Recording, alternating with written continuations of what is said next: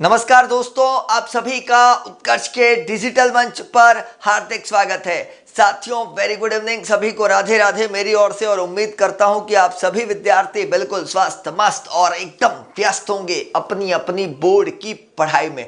योजना बना ली होगी, आपने योजना पर काम करना शुरू कर दिया होगा और धीरे धीरे लक्ष्य की ओर बढ़ना भी आपने शुरू कर दिया है। बिल्कुल दोस्तों, जब इरादा कर लिया है मंजिल पर जाने का तो साथियों पीछे हटने का नाम नहीं लेना है। तो यह है हमारा 13वां अध्याय, एनसीईआरटी की पाठ्यपुस्तक का 13वां अध्याय, विद्युत धारा के चुंबकीय प्रभाव। साथियों, विद्युत धारा के चुंबकीय प्रभाव जिसको हम पढ़ने वाले, और फिजिक्स का अंतिम अध्याय, फिजिक्स का अंतिम अध्याय साथियों, भौतिक विज्ञान का सुपड़ा साफ कर देंगे। आज हम भौतिक विज्ञान का सुपड़ा साफ कर देंगे क्योंकि फिजिक्स का अंतिम अध्याय जो रहा दोस्तों, कोशिश हमेशा आखिरी सांस तक करनी चाहिए। साथियों, कोशिश हमेशा आखिरी सांस तक करनी चाहिए। या तो लक्ष्य हासिल होगा या अनुभव, या तो आप कुछ सीखोगे और या फिर आपने जो लक्ष्य ठाना है वो लक्ष्य आपको मिलेगा। मतलब कुल मिलाकर साथियों कुछ ना कुछ तो मिलेगा ही मिलेगा, वो भी सीखने को। इसका मतलब ये हुआ कि हमें अंतिम क्षणों तक, आखिरी सांस तक प्रयास करना चाहिए साथियों, प्रयास करना चाहिए, क्योंकि इससे हमको कुछ न कुछ हासिल जरूर होगा। चलिए साथियों, आगाज कर लिया है, शुरू कर लिया है, तो फिर अब पीछे हटने से क्या फायदा। चलते जाइए। चलिए साथियों, यहां पर हम शुरू करते हैं आज फ्लेमिंग का वाम हस्त नियम। साथियों, फ्लेमिंग के वाम हस्त नियम से आगाज करेंगे। पहली बात नियम दिया फ्लेमिंग ने, पहली बात नियम दिया फ्लेमिंग ने, तीन यहां पर father mother children, father mother children. साथियों, फादर मदर चिल्ड्रन याद कर लो साथियों, फादर मदर चिल्ड्रन। फादर से याद करो, फादर का एफ, एफ का मतलब होता है साथियों फोर्स, एफ का मतलब होता है फोर्स, और फोर्स जिसको कहा जाता है बल, फोर्स जिसको कहा जाता है बल। तो फादर यहां पर आ चुका है। फिर आता है साथियों मैग्नेटिक फील्ड, फिर आता है साथियों मैग्नेटिक फील्ड, तो ये मैग्नेटिक फील्ड आ गया। फिर आएगा साथियों करंट, बिल्कुल ठीक साथियों, फादर मदर चिल्ड्रन, फोर्स हो गया बल, मैग्नेटिक फील्ड जिसको कहेंगे चुंबकीय क्षेत्र, करंट जिसको कहेंगे यहां पर मध्यमा धारा। बिल्कुल सही दोस्तों। तो तीनों फ्लेमिंग के वामहस्त नियम के अनुसार प्रथम 3 अंगुलियां, फ्लेमिंग के वामहस्त नियम के अनुसार, फ्लेमिंग के वामहस्त नियम के अनुसार, फ्लेमिंग के वामहस्त नियम के अनुसार बाएं हाथ की, बाएं हाथ की, बाएं हाथ की, लेफ्ट हैंड की, लेफ्ट हैंड की प्रथम 3 अंगुलियां लेनी है। प्रथम, कोई भी विद्यार्थी कमेंट को कॉपी पेस्ट न करें, ऐसा मेरा आग्रह है। प्रश्न जरूर पूछें, एक बार पूछे, अंत में जवाब मिलेगा, बीच बीच में न टोके। ठीक है साथियों, आपका उत्तर दे देता हूं, ओरस्टेड, याद रखिए ओरस्टेड लिखना है अगर पूछा जाए। ठीक है, चलिए साथियों आगे बढ़ते हैं, जल्दी से बात करते हैं, हमारे टॉपिक पर बात करते हैं साथियों। पहली बात हमने कहा फ्लेमिंग के वामहस्त नियम के अनुसार, यह फ्लेमिंग का वामहस्त नियम है साथियों। अंगूठा दिखा रहा है बल को, अंगूठा दिखा रहा है बल को, तर्जनी दिखाएगी चुंबकीय क्षेत्र को, और मध्यमा दिखाएगी धारा को। बिल्कुल साथियों, मध्यमा किसको दिखाएगी? धारा को। तो प्रथम 3 अंगुलियां और तीनों एक दूसरे के लंबवत, प्रथम 3 अंगुलियां और तीनों अंगुलियां एक दूसरे के क्या है साथियों? लंबवत है। बिल्कुल साथियों, एक दूसरे के लंबवत। प्रथम 3 अंगुलियां, अंगूठा तर्जनी मध्यमा, तीनों हमने ले ली, अंगूठा तर्जनी मध्यमा। बिल्कुल क्लियर है साथियों, अंगूठा भी है, तर्जनी भी है, मध्यमा भी है, अपन ने तीनों बातें ले ली। अंगूठा तर्जनी मध्यमा और तीनों अंगुलियां परस्पर एक दूसरे की क्या है साथियों? लंबवत है। बिल्कुल साथियों, एक दूसरे के लंबवत है। और अंगूठा बल को, तर्जनी चुंबकीय क्षेत्र को और मध्यमा धारा को। इसी फ्लेमिंग के वामहस्त नियम पर विद्युत मोटर आधारित है साथियों। विद्युत मोटर इसी पर काम करती है, आगे ये भी हम पढ़ेंगे। विद्युत मोटर साथियों, विद्युत मोटर, विद्युत मोटर, विद्युत मोटर, विद्युत जनित्र, ध्वनि विस्तारक यंत्र, माइक्रोफोन तथा विद्युत मापक यंत्र कुछ ऐसी युक्तियां हैं जिनमें विद्युत धारावाही चालक तथा चुंबकीय क्षेत्रों का उपयोग होता है, जिनमें विद्युत धारावाही चालक या चुंबकीय क्षेत्र का उपयोग होता है। साथियों, प्रश्न पूछा जाता है ऐसे कि नहीं 4 युक्तियों के नाम लिखो। प्रश्न पूछा जाएगा ऐसे कि नहीं 4 युक्तियों का नाम लिखिए जिनमें विद्युत धारावाही चालक तथा चुंबकीय क्षेत्रों का उपयोग होता है। तो ऐसे 4 नाम साथियों, जिसमें विद्युत मोटर, विद्युत जनित्र, ध्वनि विस्तारक यंत्र, माइक्रोफोन तथा विद्युत मापक यंत्र, ये सारे साथियों इसके रहने वाले हैं क्या नाम। बिल्कुल क्लियर है साथियों, बिल्कुल क्लियर। आगे बढ़ते हैं साथियों, जल्दी से आगे बढ़ते हैं और बात करते हैं। देखो प्रश्न आ चुका है, फ्लेमिंग का वामहस्त नियम क्या है। बिल्कुल साथियों, अभी बताया FMC।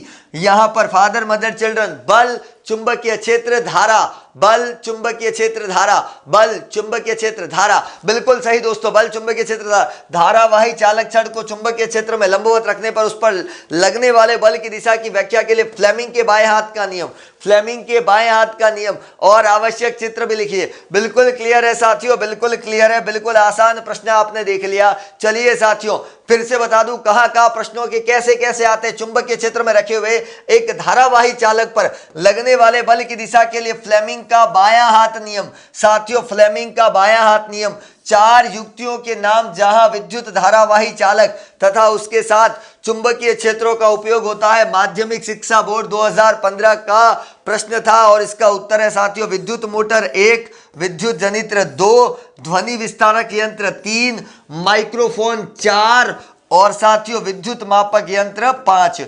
तो ये 5 यहां 5 नाम बताए, 4 पूछे 5 बता रहा हूं।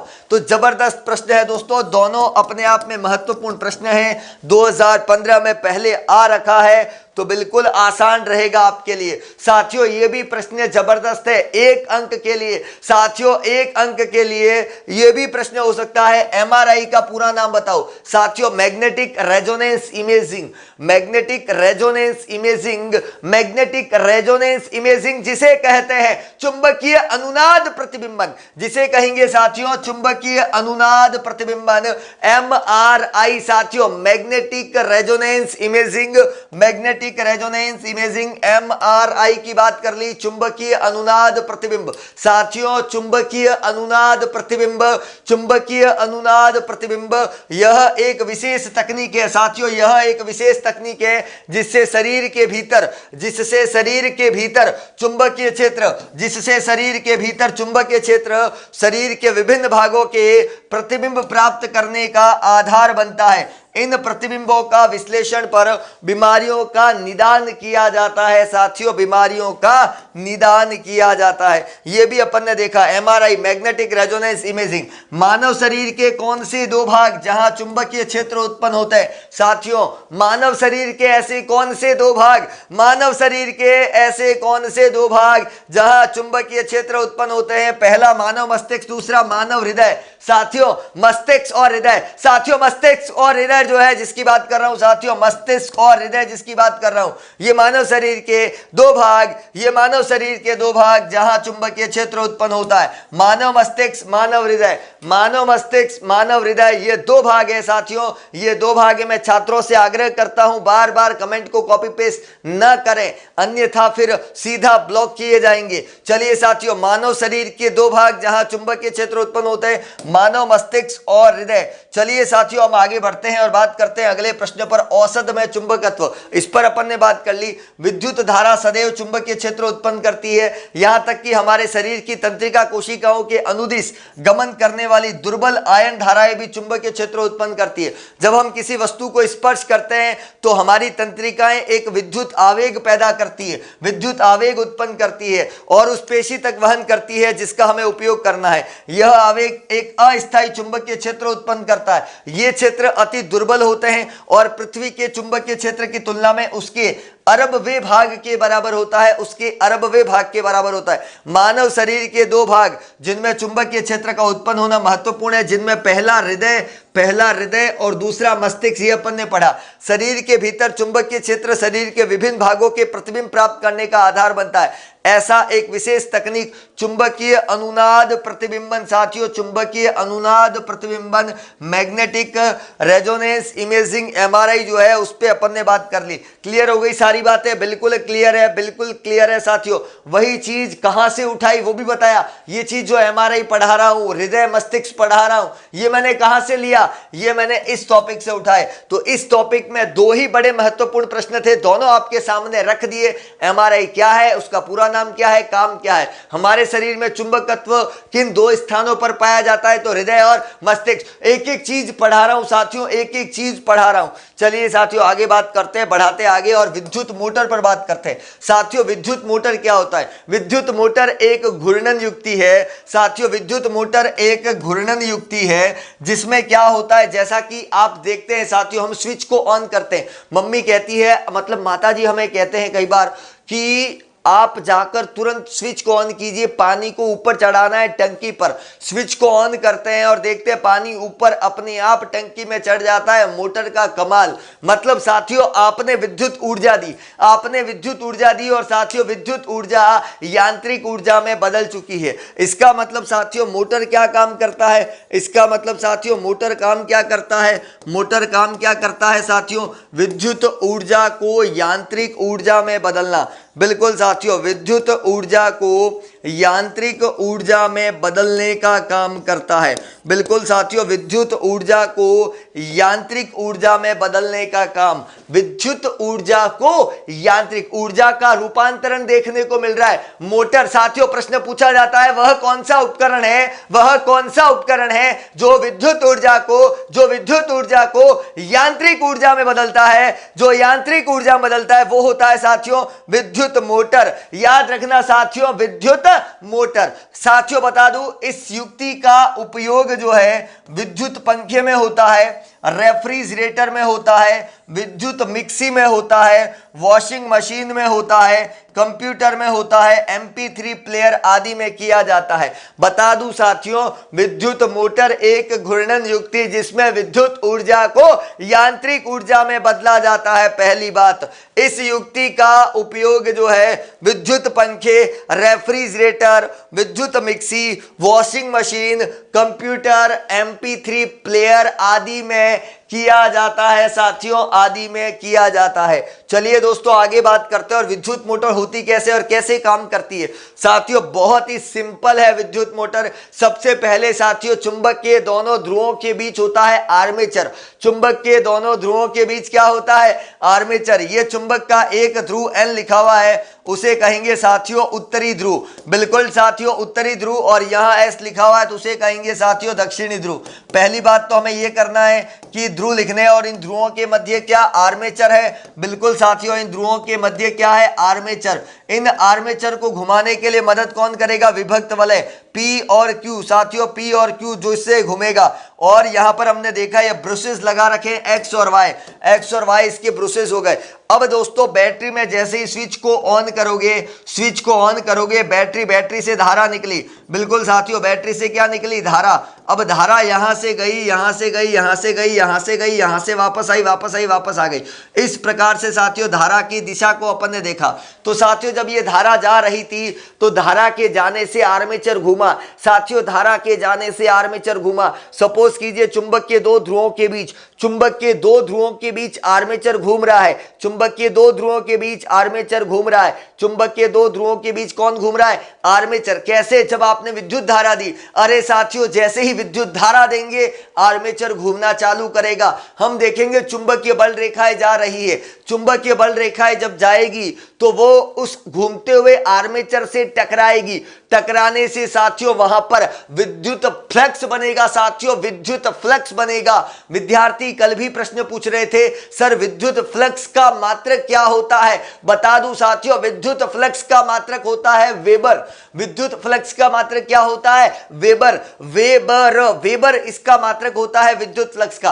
अब ध्यान देना साथियों, हमने यहां पर कहा साथियों विद्युत मोटर के अंदर कि जब यह विद्युत मोटर जो है, विद्युत मोटर मतलब आपने विद्युत ऊर्जा दी, विद्युत ऊर्जा का यांत्रिक ऊर्जा बदलना। हम क्या दे रहे हैं, हम इलेक्ट्रिसिटी दे रहे हैं। हम क्या दे रहे हैं साथियों, विद्युत ऊर्जा दे रहे हैं। साथियों विद्युत ऊर्जा का यांत्रिक ऊर्जा बदलना विद्युत मोटर का कार्य कहलाता है, पहली बात। दूसरी बात साथियों, चुंबकीय बल रेखा जाएगी, आर्मेचर घूम रहा है। आर्मेचर जो है साथियों, आर्मेचर जो है दोस्तों, वहां पर जब घूमेगा तो चुंबकीय बल रेखाएं जब जाएगी उसमें से निकलेगी तो साथियों वहां पर उसको काटती हुई जाएगी, चुंबकीय फ्लक्स बनेगा जिसका मात्रक क्या बताया वेबर। याद रखना, चुंबकीय फ्लक्स बनेगा, वहां पर एक विद्युत वाहक बल भी कार्य करेगा, विद्युत वाहक बल उत्पन्न होगा। और जब यह बल उत्पन्न होगा साथियों, तो मैं आपको सिंपली बता दूं, वह बल जो है वो यांत्रिक ऊर्जा बनाएगा, यांत्रिक ऊर्जा वहां पर क्रिएट होगी, जिससे विद्युत ऊर्जा बदल चुकी है यांत्रिक ऊर्जा में। याद रखना साथियों, विद्युत ऊर्जा बदल चुकी है यांत्रिक ऊर्जा में। तो विद्युत मोटर का चित्र कैसे बनेगा मैं बता देता हूं, बहुत आसान है बिल्कुल साथियों। सबसे पहले आप इधर लिख सकते हो एस या एन, कुछ भी लिखो उससे कोई फर्क नहीं पड़ेगा। यहां पर लगा देना साथियों आर्मेचर, बिल्कुल आसान है दोस्तों। ये आर्मेचर लगाया, देखो कितना सिंपल डायग्राम है विद्युत मोटर का। ये यहां आ गया साथियों विभक्त वलय, बिल्कुल ठीक साथियों, ये विभक्त वलय आ गए। यहां पर साथियों ब्रशेज, बिल्कुल इजी डायग्राम मैं बना रहा हूं आपके सामने, आपने बनाया देखा है। अब ब्रशेज और यहां पर साथियों बैटरी से इसको कनेक्ट कर दिया, आपके सामने कनेक्ट किया गया और साथियों यहां लगा दिया स्विचिंग।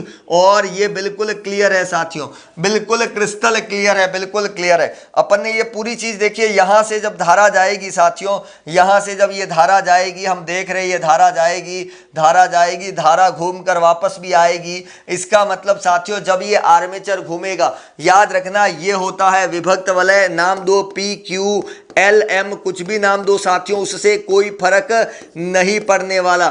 ये होते हैं साथियों ब्रुश। और ये आपने देख लिया, यहां पर B1 नाम दे दो, इसको B2 नाम दे दो। ये आर्मेचर हो गया और ये यहां पर दोनों चुंबकीय ध्रुव हो गए। बिल्कुल आसान सा डायग्राम था, आपके सामने है साथियों, बिल्कुल आसान डायग्राम, जबरदस्त डायग्राम। बात करता हूं साथियों विद्युत मोटर का सिद्धांत, प्रिंसिपल। हम बात करेंगे प्रिंसिपल साथियों, विद्युत मोटर का सिद्धांत, विद्युत मोटर का कार्य करने का सिद्धांत विद्युत धारा के चुंबकीय प्रभाव पर आधारित है साथियों। धारा के चुंबकीय प्रभाव पर, क्योंकि जब धारा देंगे तभी वहां पर चुंबकीय क्षेत्र उत्पन्न होगा, धारा देंगे तभी चुंबकीय क्षेत्र उत्पन्न होगा। चुंबकीय क्षेत्र में लोह क्रोड पर लिपटी हुई कुंडली से, चुंबकीय क्षेत्र में लोह क्रोड पर लिपटी कुंडली से जब विद्युत धारा प्रवाहित की जाती है, जब विद्युत धारा प्रवाहित की जाती है तो एक बल का अनुभव करती है, जिससे मोटर का आर्मेचर चुंबकीय क्षेत्र में घूमने लगता है। कुंडली के घूमने की दिशा फ्लेमिंग के वाम हस्त नियम से साथियों, कुंडली के घूमने की दिशा फ्लेमिंग के वाम हस्त से, कुंडली के घूमने की दिशा फ्लेमिंग के वाम हस्त नियम के अनुसार होती है। यही है साथियों विद्युत मोटर का सिद्धांत। बिल्कुल सही साथियों, विद्युत मोटर का सिद्धांत। क्लियर हो गया, यहां पर एन नहीं लिखा, ये लिख दिया एन।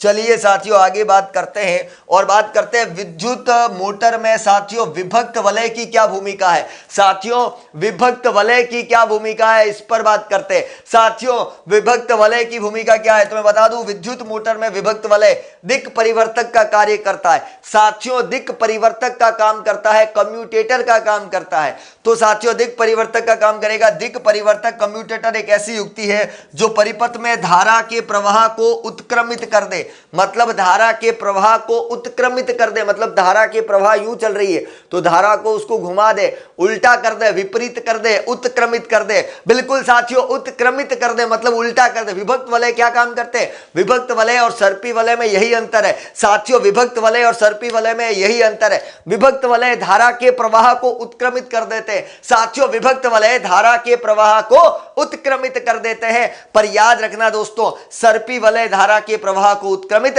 नहीं करते हैं साथियों, नहीं करते हैं। क्लियर हो गई बात यहां पर? बिल्कुल क्लियर है साथियों। विभक्त वलय की भूमिका को अपन ने देख ही लिया। चलिए साथियों, दिक् परिवर्तक कम्यूटेटर वह युक्ति जो परिपथ में धारा के प्रवाह को उत्क्रमित कर देती है, धारा के प्रवाह को उत्क्रमित कर देती है। फिर बात करते हैं साथियों, जबरदस्त प्रश्न है, व्यावसायिक मोटर के गुण। साथियों व्यावसायिक मोटर, व्यावसायिक मोटर, मोटर जो व्यवसाय में काम आ रही है, मोटर जो व्यवसाय में काम आ रही है उस पर हम बात करते हैं। चलिए साथियों, स्थायी चुंबक के स्थान पर विद्युत चुंबक प्रयोग किए जाते हैं। पहली बात साथियों, स्थायी जो चुंबक है उसकी अपेक्षा विद्युत चुंबक का उपयोग होता है क्योंकि वो ज्यादा फायदेमंद है, हमें ज्यादा चुंबकीय क्षेत्र मिलेगा। पहली बात तो ये है। दूसरी बात दोस्तों क्या है, विद्युत धारावाही कुंडली में, विद्युत धारावाही कुंडली में फेरों की संख्या अधिक होती है। साथियों विद्युत धारावाही कुंडली में, विद्युत धारावाही कुंडली में, विद्युत धारावाही कुंडली में फेरों की संख्या क्या होती है? अधिक होती है। दूसरी बात यह हो गई, विद्युत धारावाही कुंडली में, विद्युत धारावाही कुंडली में फेरों की संख्या क्या होती है? अधिक। और तीसरी बात दोस्तों, कुंडली अगर नरम लोह क्रोड पर लपेटी जा रही है तो वह नरम लोह क्रोड जिस पर कुंडली को लपेटा गया तथा कुंडली दोनों मिलकर आर्मेचर कहलाते हैं, इसमें मोटर की शक्ति में वृद्धि होती है। तो ये था साथियों, यहां पर अपन ने बात कर ली व्यावसायिक मोटर के गुण। साथियों व्यावसायिक मोटर मतलब मोटर का व्यावसायिक उपयोग क्या होता है? 2 गुण याद कर लेना। कितने गुण? 2। क्योंकि साथियों ये भी परीक्षा में पूछा गया है 1-2 बार। जो पैनल पर दिखा रहा हूं साथियों, जो पढ़ा रहा हूं, वो सारे प्रश्न पूछे जा चुके हैं, बहुत इंपॉर्टेंट है। आप सभी विद्यार्थियों से आग्रह रहेगा जरूर इन सारे प्रश्नों को देखिए। चलिए साथियों, शुरुआत करता हूं पूरक परीक्षा 2013 माध्यमिक शिक्षा बोर्ड के अंदर जो प्रश्न था, विद्युत मोटर किस सिद्धांत पर काम करता है? पहली बात, इसका आवश्यक चित्र मैंने अभी आपको सिखाया, कार्यप्रणाली को समझाओ और देखो विद्युत मोटर के कितने उपयोग। बिल्कुल साथियों 2 उपयोग पूछे हैं। यह पूरक परीक्षा का प्रश्न था जिसको अपन ने डिस्कस किया। फिर बात करते हैं साथियों विद्युत चुंबकीय प्रेरण। साथियों विद्युत चुंबकीय प्रेरण जिसकी खोज की थी माइकल साथियों माइकल फैराडे ने। बिल्कुल ठीक साथियों, माइकल किया तो लोगों को कुछ और लगा, बिल्कुल जैक्सन बाबा की याद आ गई। पर मैं बता दूं साथियों, जैक्सन बाबा को याद मत कीजिए, आप याद करो यहां पर माइकल फैराडे को। बिल्कुल साथियों, मैं बात किसकी कर रहा हूं? माइकल फैराडे की कर रहा हूं। क्या बात है, तो माइकल फैराडे पर हम पहुंच गए। बिल्कुल साथियों, विद्युत चुंबकीय प्रेरण वह प्रक्रम जिसके द्वारा किसी चालक के परिवर्तित चुंबकीय क्षेत्र के कारण अन्य चालक में विद्युत धारा प्रेरित होती है। साथियों विद्युत चुंबकीय प्रेरण की खोज 1831 में माइकल फैराडे ने की। बिल्कुल साथियों, अब माइकल फैराडे ने क्या किया वो बता देता हूं साथियों, वो समझना बहुत बहुत जरूरी है साथियों। बिल्कुल साथियों, बिल्कुल एकदम क्लियर बता दूं, मैं आपको बता दूं साथियों, सबसे पहले फैराडे की इस खोज ने किसी गतिशील चुंबक का उपयोग किस प्रकार विद्युत धारा उत्पन्न करने के लिए किया जा सकता है। सपोज कीजिए दोस्तों यह एक स्थिर कुंडली है। कैसी कुंडली है साथियों? स्थिर कुंडली है और स्थिर कुंडली के साथ लगा दिया गैल्वेनोमीटर। साथियों ये गैल्वेनोमीटर लगाया स्थिर कुंडली के अंदर, जिसके अंदर हम देखेंगे यहां पर ये कैसी कुंडली है। हमने देखा प्यारे विद्यार्थियों यह एक स्थिर कुंडली है। बिल्कुल साथियों यह एक स्थिर कुंडली है। यह आपने देखा इसके संपर्क में गतिशील चुंबक लेकर आए, इसके संपर्क में गतिशील चुंबक लेकर आए। बिल्कुल साथियों इसके संपर्क में गतिशील चुंबक, कैसी चुंबक? गतिशील चुंबक को लेकर आए। पहली बात, मतलब एक बात क्लियर हो गई साथियों, कुंडली स्थिर है पर चुंबक गतिशील है। साथियों कुंडली स्थिर है, साथियों कुंडली कैसी है? स्थिर है। कुंडली कैसी है? स्थिर है। याद रखना, पर चुंबक जो है साथियों वह गतिशील है, चुंबक गतिशील है। पहली बात हमने कहा साथियों स्थिर कुंडली है, हमने कहा साथियों स्थिर कुंडली है, पर चुंबक जो है साथियों वो क्या है? गतिशील है। याद रखना साथियों चुंबक क्या है? गतिशील। इसका मतलब दोस्तों स्थिर कुंडली और यहां पर हमने कहा गतिशील चुंबक। बिल्कुल दोस्तों स्थिर कुंडली पर साथियों चुंबक यहां पर क्या है? गतिशील है। चुंबक कैसी है दोस्तों? गतिशील। याद रखना दोस्तों चुंबक क्या है? गतिशील। अब ये कुंडली तो फिक्स है, कुंडली फिक्स है। बिल्कुल साथियों तार है, लपेटा हुआ तार, उसके संपर्क में जो चुंबक है वो गति कर रही है। चुंबक साथियों गति कर रही, चुंबक के गति करने से, चुंबक चुंबक के गति करने से साथियों वहां पर एक बल उत्पन्न होगा और उस बल के कारण इस पूरे इस परिपथ में साथियों धारा बहने लगेगी। धारा का उत्पन्न होना और धारा का प्रवाहित होना, यह थी साथियों प्रेरित धारा। बिल्कुल साथियों, ये कौन सी धारा? प्रेरित धारा है। प्रेरित धारा, चुंबक से धारा की उत्पत्ति। अरे आपने ओरस्टेड का कथन पढ़ा, आपने ओरस्टेड का कथन पढ़ा कि धारा से चुंबकीय क्षेत्र की उत्पत्ति होती है, पर यहां हम पढ़ रहे हैं दोस्तों चुंबकीय क्षेत्र से, प्रबल चुंबकीय क्षेत्र से, शक्तिशाली चुंबकीय क्षेत्र से धारा की उत्पत्ति हो रही है। किसकी उत्पत्ति हो रही है साथियों? धारा की उत्पत्ति हो रही है। बिल्कुल ठीक साथियों, तो ये अपन ने देखा है पहली बात। तो यहां पर हमने देखा चुंबक से धारा की उत्पत्ति हुई। साथियों धारा की उत्पत्ति हुई, हमें कैसे मालूम पड़ेगा कि धारा की उत्पत्ति हुई? अरे साथियों गैल्वेनोमीटर लगा रखा है, गैल्वेनोमीटर लगा रखा है साथियों। गैल्वेनोमीटर में जैसे ही धारा जाएगी गैल्वेनोमीटर की सुई विक्षेप करने लगेगी। बिल्कुल साथियों, गैल्वेनोमीटर की सुई जो मध्य में थी, जब धारा का प्रवाह नहीं था तब गैल्वेनोमीटर की सुई मध्य में थी साथियों, पर जैसे ही साथियों धारा का प्रवाह होता है तो गैल्वेनोमीटर की सुई में विक्षेप उत्पन्न होता है और इससे पता चलेगा कि इस परिपथ में धारा का प्रवाह हुआ था। बिल्कुल साथियों, इस परिपथ में धारा का प्रवाह हुआ था, ये गैल्वेनोमीटर में विक्षेप से हमें पता चलेगा। साथियों सपोज कीजिए यह एक कुंडली है, ये गैल्वेनोमीटर है और ये गतिशील चुंबक है जो संपर्क में रहता है। तो साथियों स्थिर कुंडली के सापेक्ष गतिशील चुंबक लाने पर चुंबकीय क्षेत्र की उत्पत्ति होती है। बिल्कुल साथियों, चुंबकीय क्षेत्र की उत्पत्ति होती है। तो यह चीज क्लियर हो गई। अपन ने देखा अगर किसी कुंडली में विद्युत धारा प्रेरित करने के दो तरीके होते हैं। पहला यह होता है दोस्तों कुंडली के सापेक्ष चुंबक की गति करवा के, कुंडली के सापेक्ष दोस्तों चुंबकीय क्षेत्र में गति कराकर, और दूसरा है दोस्तों कुंडली के चारों ओर चुंबकीय क्षेत्र में परिवर्तन करके। तो हम कैसे धारा की उत्पत्ति कर सकते हैं? दोनों चीजें अपन ने क्लियर कर दी दोस्तों, दोनों चीजें अपन ने क्या कर दी? क्लियर। अब बात करते हैं साथियों गैल्वेनोमीटर की। बिल्कुल दोस्तों, गैल्वेनोमीटर एक ऐसा उपकरण है जो किसी परिपथ में विद्युत धारा की उपस्थिति को संसूचित करता है। साथियों गैल्वेनोमीटर एक ऐसा उपकरण है जो किसी परिपथ में विद्युत धारा की उपस्थिति को संसूचित करता है। अगर यह मध्य में है तो धारा शून्य है, बाईं तरफ या दाईं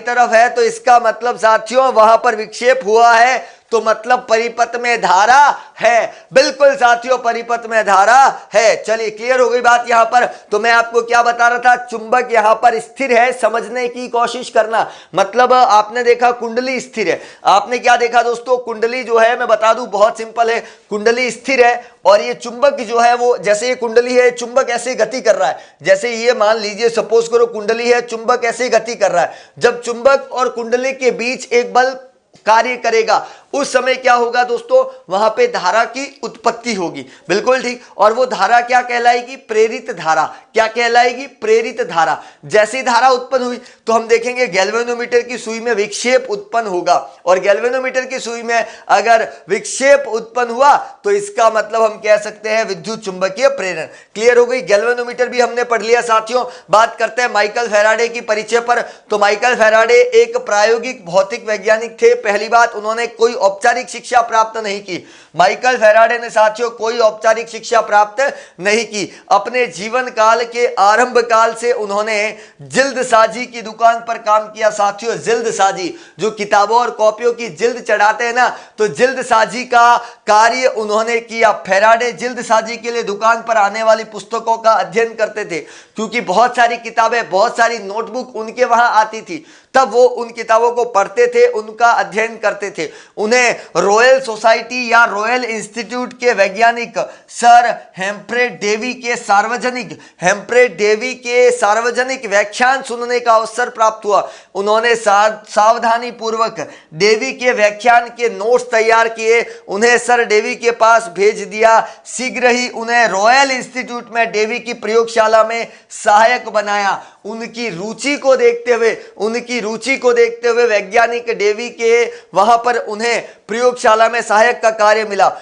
माइकल फेराडे ने बहुत सी क्रांतिकारी खोज की, जिनमें एक था विद्युत चुंबकीय प्रेरण जो हमने पढ़ा, एक था वैद्युत अपघटन का नियम सम्मिलित है। उन्हें अनेक विश्वविद्यालय ने मानद उपाधियां प्राप्त देने की कोशिश की, परंतु उन्होंने इस प्रकार के सम्मान को ठुकरा दिया। फेराडे को किसी भी सम्मान की तुलना में अपने वैज्ञानिक कार्यों से अधिक प्रेम था, अधिक लगाव था। मतलब साथियों, वैज्ञानिक कार्यों में रुचि रखने वाले कौन थे?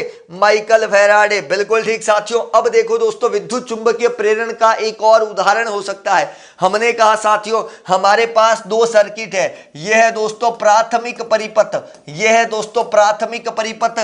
है दोस्तों द्वितीयक परिपथ। हमारे पास दो प्रकार के परिपथ है। यहां से बैटरी से धारा गई इस कुंडली में, यहां उत्पन्न हुआ चुंबकीय क्षेत्र।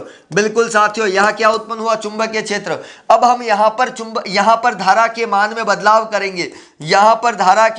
बदलाव करेंगे, परिवर्तन करेंगे। तो जब आप यहां पर धारा के मान में परिवर्तन करेंगे तो हम देखेंगे चुंबकीय क्षेत्र का मान बदलेगा। इससे पास वाली कुंडली में दोस्तों हम देख सकते हैं जो चुंबकीय क्षेत्र प्रभावित होगा तो उससे गैल्वेनोमीटर में विक्षेप आएगा। अब आप धारा यहां प्रवाहित कर रहे हो, चुंबकीय क्षेत्र यहां उत्पन्न हो रहा है, पर प्रभाव कहां पड़ रहा है? दूसरी कुंडली पर पड़ रहा है। तो इसका मतलब दूसरी कुंडली पर यहां पर पड़ रहा है, तो इसका मतलब ये क्या है? विद्युत चुंबकीय प्रेरण का कॉन्सेप्ट है। कौन सा कॉन्सेप्ट? विद्युत चुंबकीय प्रेरण का। उसी प्रकार साथियों, जैसे आपने फ्लेमिंग का वामहस्त नियम पढ़ा, उसी प्रकार दक्षिण हस्त नियम किसका? फ्लेमिंग का दक्षिण हस्त नियम। साथियों सेम कॉन्सेप्ट रहेगा, पर आपको दाहिना हाथ लेना है। फ्लेमिंग ने बताया दाहिना हाथ लो, बायां हाथ लोगे तो वाम हस्त, और अगर दायां लोगे साथियों, तो आपका कौन सा हो गया? फ्लेमिंग का दक्षिण हस्त। तो इस नियम के अनुसार अपने दाएं हाथ की वही इस बीच वाली अंगुली को मध्यमा कहेंगे, इस फोर फिंगर को तर्जनी कहेंगे, और ये अंगूठा साथियों, अंगूठा तर्जनी और मध्यमा, अपने दाएं हाथ की तर्जनी मध्यमा अंगूठे को इस प्रकार फैलाओ, ये एक दूसरे के लंबवत रहे, एक दूसरे के 90 डिग्री के कोण पे रहे। यदि साथियों तर्जनी चुंबकीय क्षेत्र की दिशा, यदि तर्जनी जो है साथियों वह चुंबकीय क्षेत्र मध्यमा चालक में प्रवाहित विद्युत धारा की दिशा की ओर संकेत करती है, तो साथियों अंगूठा चालक की गति को दिखाएगा। तर्जनी चुंबकीय क्षेत्र मध्यमा धारा और अंगूठा चालक की गति को दिखाएगा, और यही है साथियों फ्लेमिंग का दक्षिण हस्त नियम। यह नियम दोस्तों आपके जनित्र पर काम आएगा। जनित्र मतलब होता है जनरेटर, या जिसको अपन कहते हैं डायनेमो। तो डायनेमो की कार्यप्रणाली, जनित्र की कार्यप्रणाली, जनरेटर की कार्यप्रणाली पे दक्षिण हस्त नियम काम आता है फ्लेमिंग का। प्रेरित विद्युत धारा की दिशा साथियों, प्रेरित विद्युत धारा की दिशा को ज्ञात करने के लिए भी यह काम आता है। बिल्कुल ठीक साथियों। बात करते हैं जल्दी से विद्युत जनित्र क्या होता है। साथियों विद्युत जनित्र का मतलब होता है, पहली बात तो इसको डायनेमो कहते हैं, दूसरी बात इसको जनरेटर भी बोला जाता है अंग्रेजी के अंदर। काम क्या करता है साथियों? यह काम करेगा यांत्रिक ऊर्जा को विद्युत ऊर्जा में रूपांतरित। साथियों वह उपकरण जो यांत्रिक ऊर्जा को विद्युत ऊर्जा में बदल देता है। साथियों हम बात कर रहे हैं यहां पर यांत्रिक ऊर्जा को विद्युत ऊर्जा में बदलने वाला उपकरण। साथियों हम बात कर रहे हैं साथियों यांत्रिक ऊर्जा को विद्युत ऊर्जा में बदलने वाला। बिल्कुल साथियों क्लियर कर दो इसको, यांत्रिक ऊर्जा को विद्युत ऊर्जा में रूपांतरित करना, यांत्रिक ऊर्जा को साथियों विद्युत ऊर्जा में रूपांतरित करना, यह विद्युत जनित्र। तो साथियों विद्युत जनित्र द्वारा विद्युत ऊर्जा या विद्युत धारा का निर्माण किया जाता है। विद्युत जनित्र में यांत्रिक ऊर्जा को विद्युत ऊर्जा में बदला जाता है। इसको डायनेमो या जनरेटर भी कहते हैं। साथियों याद रखना यहां पर फर्क यही होगा, हम यहां पर सर्पी वलय का उपयोग करेंगे। सब कुछ सेम रहेगा, पर याद रखिएगा दोस्तों इसका डायग्राम भी सिखा देता हूं मैं आपको कैसे बनेगा। आपको यहाँ पर चुंबक लेना है दोस्तों, बिल्कुल ले लिया आपने चुंबक, मुझे पूरा विश्वास है इतना तो आप सभी करेंगे ही। यहां पर आपने लिया साथियों आर्मेचर, आर्मेचर घूमेगा, यहां पर आपने ये काम में ले लिए सर्पी वलय, बिल्कुल साथियों, और ये लगा दिया आपने ब्रशेज, कोई दिक्कत नहीं है साथियों, ब्रशेज लगा दिया और इससे कनेक्ट कर दिया साथियों गैल्वेनोमीटर, ठीक है, पर बाह्य परिपथ की भी आवश्यकता होगी साथियों। अगर हम देखते हैं साथियों, जब इस कुंडली को या इस आर्मेचर को घुमाया जा रहा है, इस आर्मेचर को घुमाया जा रहा है, बिल्कुल साथियों, जब आर्मेचर को घुमाओगे शक्तिशाली चुंबक के मध्य, शक्तिशाली चुंबक के मध्य, तो इसका मतलब साथियों क्या होगा, चुंबकीय क्षेत्र जो है उसके मध्य आर्मेचर घूम रहा है। तो यहां पर जो है साथियों आर्मेचर जब घूमेगा तो विद्युत चुंबकीय प्रेरण के नियम से साथियों, विद्युत चुंबकीय प्रेरण के नियम से, याद रखना दोस्तों, विद्युत चुंबकीय प्रेरण के नियम से, विद्युत चुंबकीय प्रेरण के नियम से हम देखेंगे साथियों कि जो चुंबकीय क्षेत्र के कारण धारा उत्पन्न हुई, जो धारा उत्पन्न हुई वो फ्लेमिंग के दक्षिण हस्त नियम के अनुसार कार्य करती हुई, वहां पर हम देखेंगे वो धारा उत्पन्न हुई फ्लेमिंग के दक्षिण हस्त नियम के अनुसार धारा की उत्पत्ति हुई। क्लियर हो गई बात यहां पर। तो ये था साथियों विद्युत चुंबकीय प्रेरण के नियम से ये जनित्र का काम करता है। तो साथियों विद्युत जनित्र का सिद्धांत क्या है, very very very important question. विद्युत जनित्र में यांत्रिक ऊर्जा का उपयोग चुंबकीय क्षेत्र में रखे किसी चालक को घूर्णी गति, पहले हम उसको घुमाते हैं चुंबकीय क्षेत्र में, आर्मेचर को घुमाते हैं, आर्मेचर घूमेगा, चुंबकीय बल रेखा है उसको काटेगी, बिल्कुल काटेगी। तो यहां पर जो है विद्युत जनित्र में यांत्रिक ऊर्जा का उपयोग चुंबकीय क्षेत्र में रखे किसी चालक को घूर्णी गति प्रदान करने में किया जाता है, जिसके परिणाम स्वरूप विद्युत धारा उत्पन्न होती है। विद्युत जनित्र वैद्युत चुंबकीय प्रेरण के सिद्धांत, वैद्युत चुंबकीय प्रेरण के सिद्धांत माइकल फैराडे के द्वारा दिया गया वैद्युत चुंबकीय प्रेरण के सिद्धांत पर कार्य करता है। एक आयताकार कुंडली एबीसीडी को स्थायी के लंबवत रखते हैं तथा कुंडली में प्रेरित विद्युत धारा उत्पन्न होती है और विद्युत जनित्र फ्लेमिंग के दक्षिण हस्त नियम पर आधारित है। यह भी बता दिया किस पर आधारित है, दक्षिण हस्त। अब मैं आपको यह बता दूं साथियों, यहां पर जनित्र दो प्रकार से काम करेगा साथियों। जनित्र में दो प्रकार से काम होगा। अगर मैं सिंपली बात करूं साथियों तो जनित्र दो प्रकार से कैसे काम करेगा, एक होता है साथियों एसी जनित्र, एक होता है साथियों एसी जनित्र, एक होता है साथियों डीसी जनित्र। दो प्रकार से जनित्र काम कर रहा है। एसी मतलब होता है साथियों प्रत्यावर्ती, तो एसी जनित्र से साथियों एसी धारा उत्पन्न होगी। एसी मतलब होता है साथियों प्रत्यावर्ती धारा, एसी मतलब होता है साथियों प्रत्यावर्ती धारा। और डीसी जनित्र से साथियों डीसी धारा उत्पन्न होगी, जिसे कहते हैं साथियों दिस्तवर्ती धारा, जिसे कहते हैं साथियों दिस्तवर्ती धारा। क्लियर हो गई बात। मतलब जनित्र के दो प्रकार हो गए। हमारे घरों में जो धारा आती है, हमारे घरों में जो धारा आती है साथियों, वो आती है साथियों एसी धारा। और जो डीसी धारा होती है साथियों, इसका उपयोग होता है सेल या फिर बैटरी में साथियों, सेल या बैटरी में इसका उपयोग होता है। दोनों में फर्क क्या है दोस्तों, दोनों की कार्यप्रणाली सेम है, पर एसी जनित्र में याद रखना विभक्त वलय का उपयोग होगा साथियों। एसी जनित्र में विभक्त वलय का उपयोग होगा क्योंकि वो धारा को उत्क्रमित करता है साथियों, धारा को उत्क्रमित करता है। जबकि डीसी जनित्र में सर्पी वलय का उपयोग होता है। बिल्कुल साथियों, डीसी जनित्र में सर्पी वलय का उपयोग होता है। तो एसी जनित्र देखा, डीसी जनित्र देखा, अरे दोनों देखे हमने, दोनों देखे। जनित्र कितने प्रकार के, दो। अरे जनित्र क्या, यांत्रिक ऊर्जा को विद्युत ऊर्जा में बदलना, यांत्रिक ऊर्जा को विद्युत ऊर्जा में बदलना। डायनेमो हो गया, किस पर काम कर रहा है, विद्युत चुंबकीय प्रेरण, विद्युत चुंबकीय प्रेरण के सिद्धांत पर काम करेगा। फ्लेमिंग का दक्षिण हस्त नियम पर आधारित है। हमने कहा दो प्रकार के जनित्र, एसी डीसी, एसी प्रत्यावर्ती, डीसी दिस्तवर्ती। एसी जनित्र से एसी धारा, डीसी जनित्र से डीसी धारा, यह अपन ने कहा साथियों। अब फर्क क्या है साथियों, एसी जनित्र जब हम देखते हैं पूरी कार्यप्रणाली सेम है, पर वहां पर विभक्त वलय का उपयोग हो रहा है जो धारा की दिशा को उत्क्रमित कर देता है। और डीसी जनित्र में साथियों सर्पी वलय का उपयोग करते हैं। बिल्कुल धुरी भी रहेगी, धुरी भी रहेगी, ठीक है चौहान साहब। चलिए साथियों, एसी का पूरा नाम ऑलरेडी लिखा है, एसी है प्रत्यावर्ती और डीसी है दिस्तवर्ती। पूरा लिखा है, पूरा लिखा है, पूरा लिखा है। चलिए साथियों बात करते हैं आगे, और बात करेंगे इसी दौर में आगे क्या पढ़ने वाले प्रत्यावर्ती धारा और दिस्तवर्ती धारा। साथियों साथियों प्रत्यावर्ती धारा समय के साथ बदलती है, पॉजिटिव नेगेटिव। याद रखना दोस्तों, प्रत्यावर्ती धारा समय के साथ बदलती है। प्रत्यावर्ती धारा में ऊर्जा का ह्रास कम होता है, इसीलिए इसका उपयोग घरों में होता है। ऊर्जा का ह्रास कम होता है, परंतु डीसी धारा सीधी चल रही है साथियों, सीधी चल रही है। ये देखिए दोस्तों, डीसी धारा का ग्राफ सीधा चला, मतलब साथियों समय के साथ नहीं बदलती। ऊर्जा का ह्रास ज्यादा, ऊर्जा का ह्रास जो है साथियों वो क्या होगा, अधिक। तो एसी और डीसी में एसी लाभदायक है, क्योंकि साथियों समय के साथ बदलती रहती है, पॉजिटिव नेगेटिव रहेगी, ऊर्जा की हानि कम होगी। बिल्कुल साथियों, ऊर्जा की हानि कम होगी, ये अपन ने देखा। तो प्रत्यावर्ती धारा जिसको अल्टरनेटिव करंट कहते हैं, ऐसी विद्युत धारा जो समान काल अंतराल के बाद अपनी दिशा में परिवर्तन कर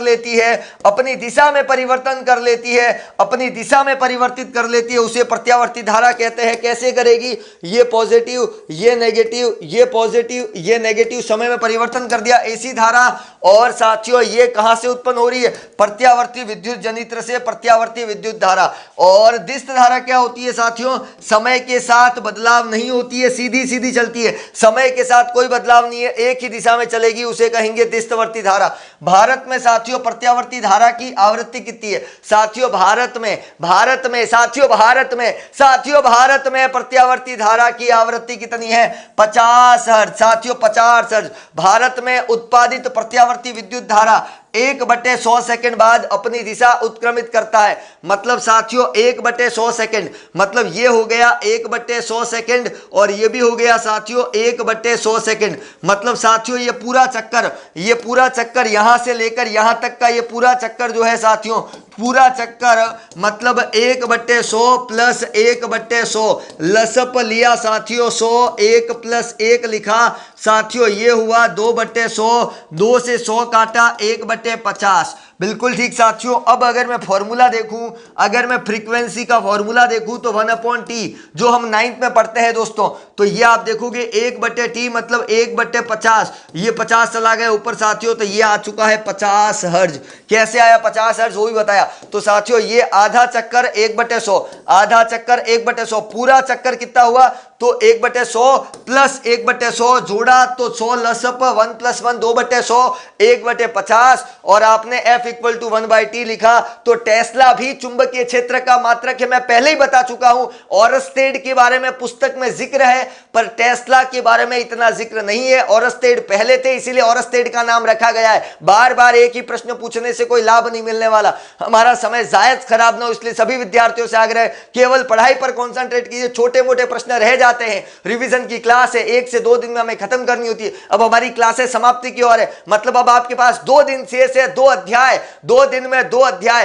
तो बिल्कुल सभी विद्यार्थियों को एक बार बता दीजिए साथियों, उसके बाद हो सकता है कोई नई योजना आपके लिए रहे यूट्यूब पर फिलहाल आपके पास 2 चैप्टर, 2 दिन, सुपड़ा साफ यहां पर विज्ञान का। इतना जल्दी रिवीजन सोचिए, इतना जल्दी रिवीजन कोई करवा सकता है क्या? एक भी टॉपिक नहीं छोड़ा, सारे प्रीवियस ईयर के प्रश्न, मॉडल पेपर के प्रश्न, सारे महत्वपूर्ण प्रश्न, एक एक प्रश्न को बताया, एक एक टॉपिक को समझाने का प्रयास किया। तो यहां पर आप टीचर को समझ सकते हैं, पर आप लोग समझने का प्रयास कीजिए, क्योंकि बार बार अगर क्लास को कोई डिस्ट्रैक्ट करता है तो गलत संदेश जाता है। सभी बढ़िया तरीके से पढ़िए, कोई दिक्कत नहीं है। छोटे मोटे प्रश्न हो जाते हैं, रह जाते, हमें उनका हल ढूंढना है। क्या हम इतना भी नहीं कर सकते? करना चाहिए। अगर इतना भी इस समय नहीं कर सकते तो बहुत गड़बड़ है साथियों, क्योंकि परीक्षा का समय निकट है। इस समय हमारा पूरा टारगेट होना चाहिए पढ़ने पर, पूरा फोकस होना चाहिए पढ़ाई पर, और जो टॉपिक नहीं आ रहे उनको हमें देखना है, समय जायज खराब नहीं करना है। चलिए साथियों बात करते हैं आगे जल्दी से, और घरेलू विद्युत परिपथ पर बात करेंगे। साथियों ये घरेलू विद्युत परिपथ का डायग्राम है। पहली बात तो ये देखो, यहां पर भू संपर्कित तार है, विद्युतमय तार है, उदासीन तार है। कितने प्रकार के तार है साथियों? 3 प्रकार के तार है साथियों, 3 प्रकार के तार। 220 वोल्ट, सारे घरों के उपकरण समांतर क्रम में, सारे घरों के उपकरण किसमें? समांतर क्रम में। बिल्कुल साथियों सारे घरों के उपकरण जो है वो समांतर क्रम में है। पहली बात हमने कहा 220 वोल्ट है, 220 वोल्ट है, एसी धारा 220 वोल्ट। वोल्ट, एसी धारा 220 वोल्ट, एसी धारा 220 वोल्ट। अपन ने कहा तार कितने प्रकार के, 3। तो ये था साथियों घरेलू पथ का डायग्राम, मैंने आपको बताया। अब ध्यान दो दोस्तों, लघु पथन क्या होता है। साथियों जब भी दो तार आपस में सीधे संपर्क में आते हैं, हमने कहा तार 3 प्रकार के होते हैं। भू संपर्कित को छोड़ दीजिए क्योंकि वो हमारी सेफ्टी के लिए होता है। जो तार सीधा भूमि से जुड़ा हुआ है उसे कहते हैं भू संपर्कित, जो तार सीधा भूमि से जुड़ा हुआ उसे कहेंगे भू संपर्कित। भूमि से जुड़ा हुआ तार भू संपर्कित तार। पहली बात हमने कहा साथियों, जब अकस्मात विद्युन्मय तार और उदासीन तार, मतलब दो तारों का सीधा संपर्क, मतलब साथियों दो तारों का सीधा संपर्क, तो साथियों दो तारों का सीधा संपर्क जो है वो कहलाता है लघु पथन। तो अकस्मात से जब दो तार सीधे जुड़ जाते हैं तो उसे क्या बोलते हैं, लघु पथन। लघु पथन को बोलते हैं शॉर्ट सर्किट, लघु पथन को बोलते हैं साथियों शॉर्ट सर्किट। प्रतिरोध कम हो जाएगा, अतिभारण हो सकता है। अतिभारण का मतलब होता है साथियों धारा का मान बढ़ जाना, धारा का मान बढ़ जाना। प्रतिरोध का कम होना, धारा का मान बढ़ना। कब, जब दो तारों का सीधा संपर्क। कौन से दो तार, विद्युन्मय तार उदासीन तार, विद्युन्मय तार उदासीन तार।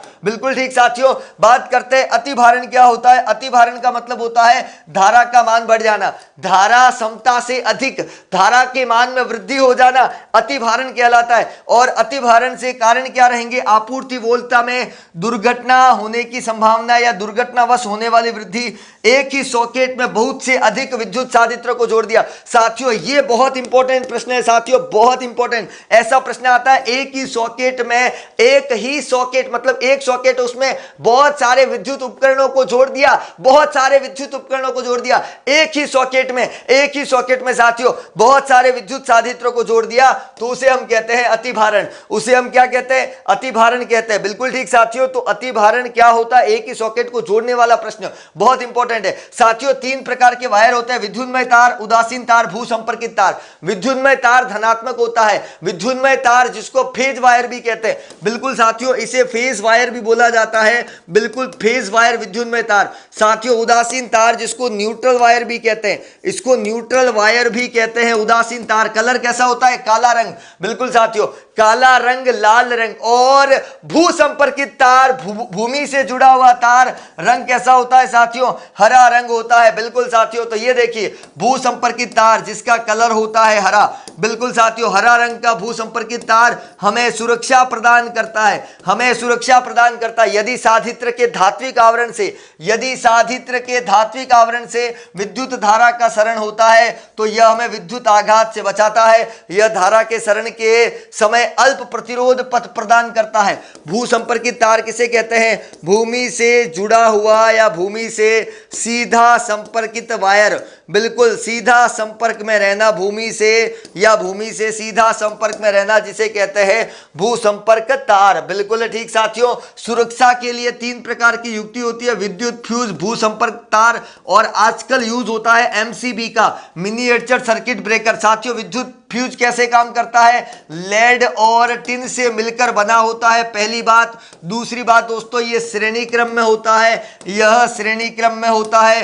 तीसरी बात दोस्तों, ये हमारे घर के महंगे विद्युत उपकरणों को बचाता है, ये हमारे घर के महंगे विद्युत उपकरणों को बचाता है, महंगे विद्युत उपकरणों को बचाता है, सुरक्षित रखता है। तो साथियों विद्युत फ्यूज किससे मिलकर बना होता है, लेड और टिन। विद्युत फ्यूज लेड और टिन, विद्युत फ्यूज लेड और टिन किस क्रम में लगता है, श्रेणी क्रम में लगता है। काम क्या करता है, घरों के उपकरणों की सुरक्षा। साथियों घरों के उपकरणों की सुरक्षा करता है। कौन करता है साथियों, फ्यूज करता है। फ्यूज करेगा, फ्यूज करेगा, फ्यूज करेगा।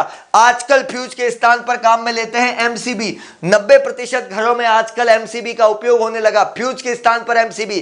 क्योंकि साथियों एमसीबी में क्या होता है, स्विच नीचे हो जाता है जिसको कुछ समय बाद हम ऊपर जाकर कर देते हैं, ताकि ये कब होता है, जब वोल्टता में बदलाव आता है। जब वोल्टता में बदलाव आता है साथियों, तो ये चीज तभी होगी संभव। तो ये आपने देखा मिनिएचर सर्किट ब्रेकर, आजकल एमसीबी का उपयोग बढ़ा। भू संपर्कित तार, भू संपर्कित तार वह तार जो सीधा भूमि से जुड़ा हुआ होता है, हमारे उपकरणों की सुरक्षा करता है। तो ये साथियों सुरक्षा के उपाय, सुरक्षा के सारे क्या है, उपाय। बिल्कुल क्लियर साथियों। तो ये था हमारा 13वां चैप्टर साथियों, विद्युत धारा का चुंबकीय प्रभाव। मोटर इंपॉर्टेंट, जनित्र इंपॉर्टेंट, विद्युत चुंबकीय प्रेरण इंपॉर्टेंट।